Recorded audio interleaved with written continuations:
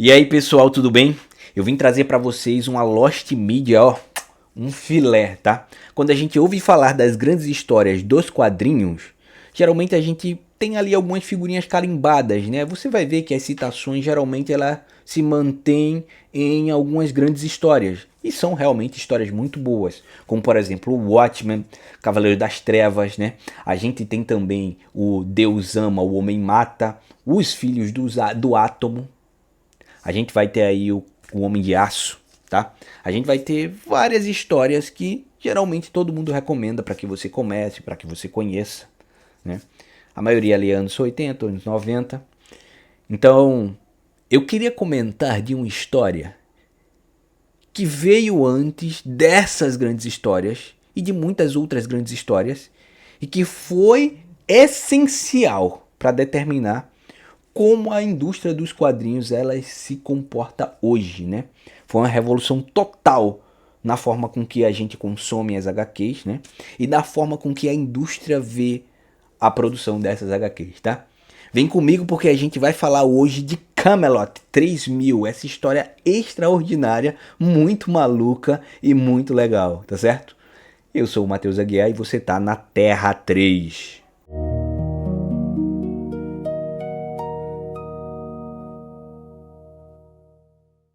Bem, eu sei o que vocês vão perguntar, tá? Então eu vou me adiantar. Por que que você tá de óculos escuro no seu quarto, no escuro, de noite? Olha, eu já comento bastante isso aqui, tá? Que eu uso esse óculos porque a luz forte me causa um incômodo muito grande. Então, quando a luz começa a me fustigar mais do que eu posso suportar, eu acabo colocando o óculos escuro. Eu sei também que isso não explica as luvas, tá? Você vai me achar fresco também, porque quando eu leio algum HQ que eu gosto bastante, eu acabo usando luvas para não danificar o material da HQ, né? Então quando eu leio Witchblade, eu sempre coloco a luva para ler. E aí eu coloquei, tava lendo e fiquei com preguiça de tirar. Mas vamos voltar pro vídeo que é o que interessa, tá?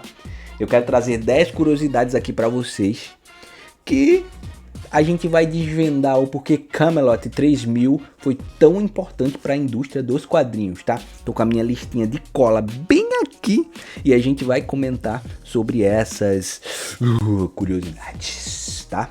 A primeira curiosidade, uma bem legal, que Camelot 3000 é a primeira maxi-série, vamos dizer assim, da história dos quadrinhos, tá? Muita gente não sabe, mas antes de Camelot 3000, a gente nem poderia sonhar numa longa série, né? Só com a chegada de Camelot 3000 que foi possível a gente cravar uma série pensada para 12 edições, né? Era muito raro que uma série fosse longa ou que fosse simplesmente uma série, né? Era um evento quando isso acontecia. E depois de Camelot 3000 virou, vamos dizer assim, o padrão da indústria. A gente tem um ano com 12 edições, uma edição por mês, tá certo? Às vezes elas são encurtadas, às vezes elas são canceladas, mas hoje a indústria trabalha com 12 edições normalmente. E Camelot 3000 foi pioneira nesse processo. É espetacular, né? A segunda curiosidade que a gente vai trazer aqui é que ela quase foi publicada pela Marvel, né? Para quem não sabe, Camelot 3000 é uma edição da DC. E foi formada muito tempo antes, tá? Muito tempo antes. Inclusive, quando ela foi formada, a edição em preto e branco foi aprovada pela Marvel. E aí, por uma coisa que a gente não conhece até hoje, ela foi cancelada, descontinuada lá na Marvel e voltou para a DC Comics, que a publicou. E ela conquistou o seu espaço no coração dos poucos que a conhecem hoje em dia, tá certo? Próxima curiosidade, a curiosidade número 3, é que o projeto nasceu de uma aula de universidade, né? Inclusive, é bem curioso essa origem do Camelot 3000, porque na aula de literatura arturiana, especificamente, né? O criador aí, o Mike Barr, se não me falha a memória, ele se encantou pelas novelas de cavalaria, né? Pelas histórias do rei Arthur. E é muito engraçado porque Eu tenho uma proximidade muito grande com essas histórias, porque minha formação é em literatura, né? Minha formação vem desse campo. Então, quando eu ouvi e quando eu soube dessa origem, eu fiquei muito encantado, assim como o Mike Barr se encantou pelas histórias de cavalaria, pelas histórias da Távola Redonda, né? Então eu tenho algumas contribuições de novela de cavalaria e, fiquei muito lisonjeado quando descobri que uma história de tal calibre surgiu assim, de uma aula de universidade, né? E aí ele pensou, e se o Rei Arthur, ele revivesse nos tempos atuais, nos tempos modernos ou no futuro, e voltasse para salvar a humanidade? Essa história mais na frente se tornou o Camelot 3000, tá? E virou uma bagunça depois, tá? Mas a gente vai comentar isso um pouco mais na frente, né? Outra curiosidade é que foi uma das primeiras histórias a ter uma venda exclusivamente nas lojas especializadas, né? A gente tinha ali as publicações em bancas de jornal, né? Nos arougueiros, como a gente chama aqui, que são as pessoas que vão no porta a porta vender determinados livros. Então, Camelot 3000 ele sai para um comic shop, né?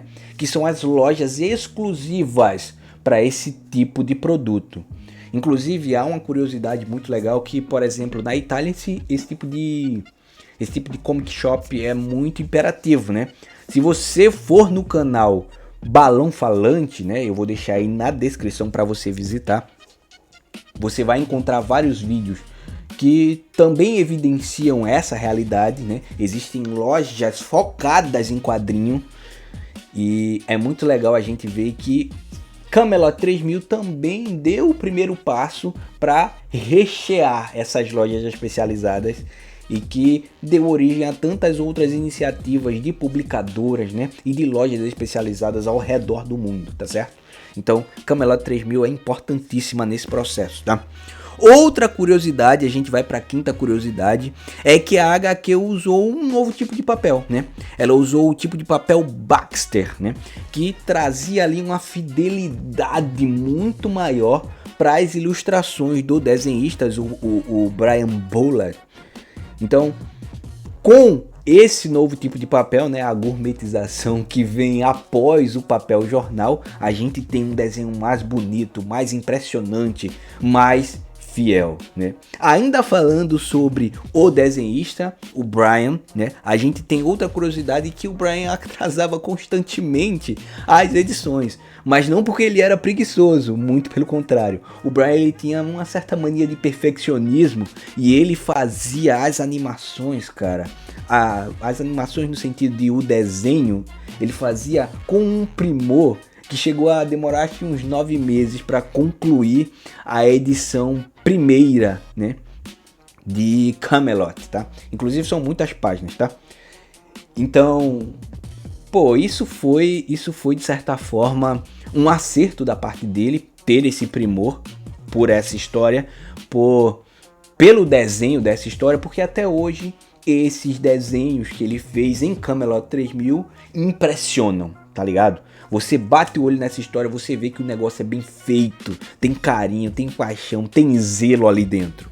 Outra curiosidade, né?